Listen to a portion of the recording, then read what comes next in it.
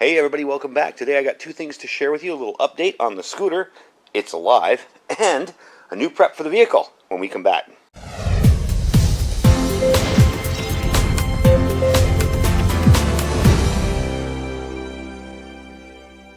Alright everybody, welcome back. So, if you were with me, gosh, I think it was October, when I first got this scooter, you know, hey, I was really excited. I'm going to turn it into a little survival vehicle and get it all set up to be able to eventually go off-road. Not right away, but so all of a sudden it stopped running.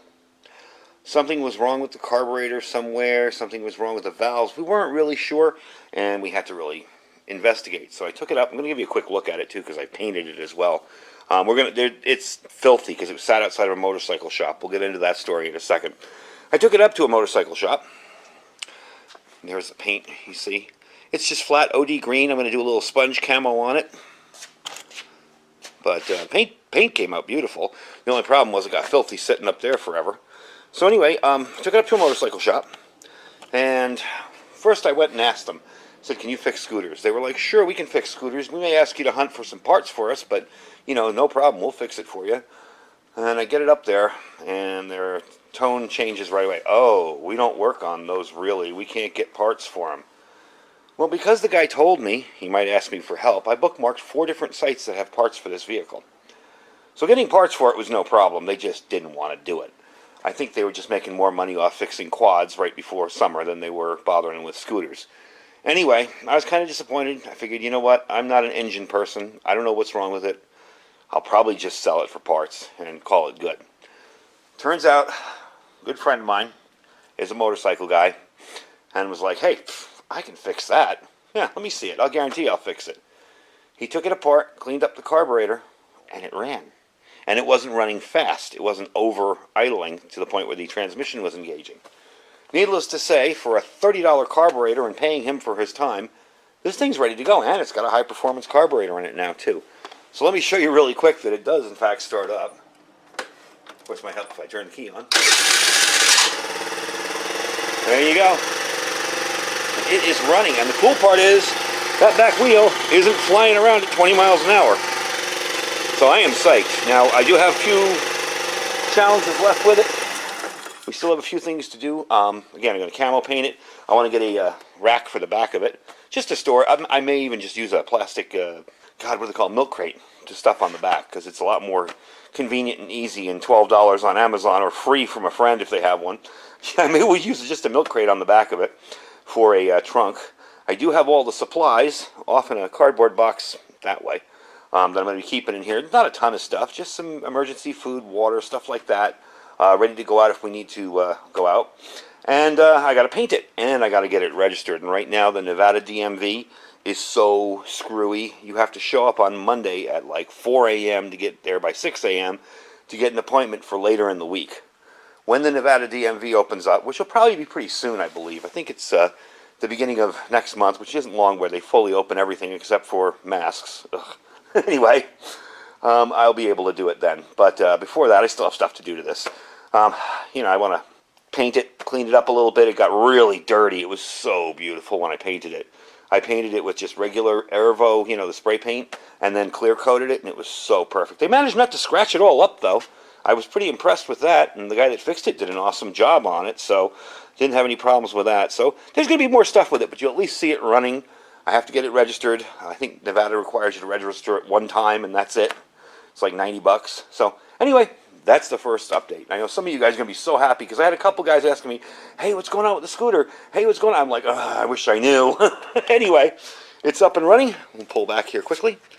Now, behind the scooter, you can see something else there. That's something I've wanted for a while.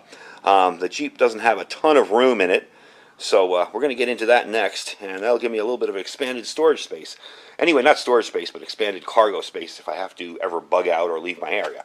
Let me get the scooter out of the way, and we'll hook that up and show you what it's all about. Alright, so this is my next cool kind of upgrade prep sort of thing. One of the things I've noticed about going to a smaller vehicle, remember I had a Chevy Suburban before this. This is a Jeep Liberty. It is not a ton of space in the car.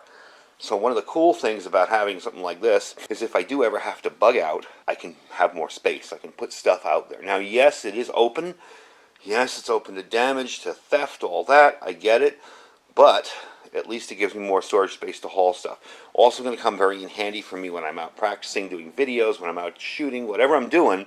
I have an extra cargo space here. If I want to stick ammo cans back there, if I need to put some extra gas back there, whatever, it's there and ready for me to go. So I am really excited about this. This is a Haulmaster aluminum cargo carrier. It has 500-pound capacity on it. It did originally come with this bar here, you know, to put it through the trailer hitch and use a cotter pin.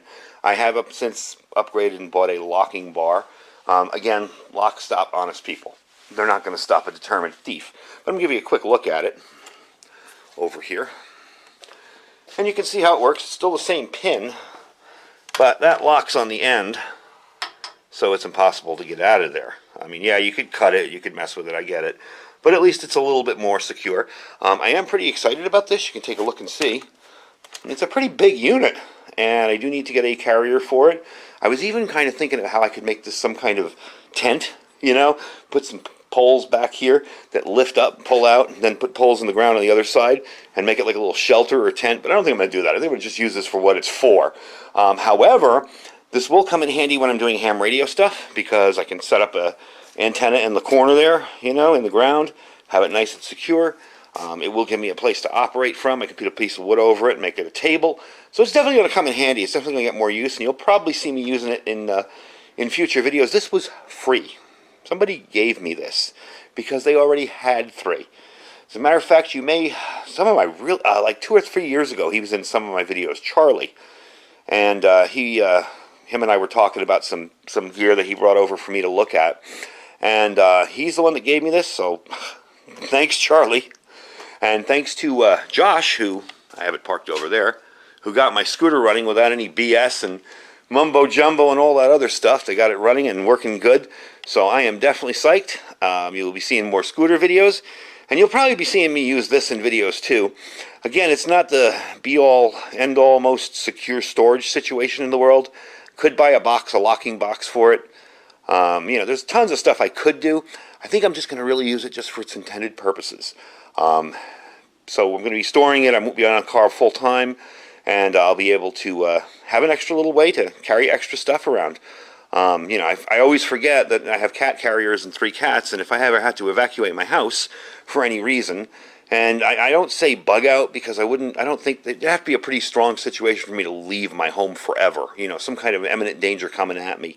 But other than that, you know, this thing won't be going anywhere. It'll be quite handy to have. So I thank you guys for watching. Don't forget to check out our links down below. I will put the camera down here. We have the Amazon affiliate store down there. We also have our My Patriot Supply link, which is preparewithiridium.com.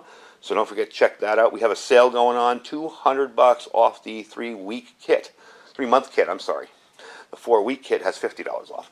So check them out too, and don't forget to check out our Thrive Life link down below. If you're interested in getting started with some freeze-dried food, there's nothing to join. You don't have to join if you don't want to. You can just go on there and buy the stuff one time and try it. See if you like it. Anyway, folks, I thank you for watching. Stay safe and stay prepared.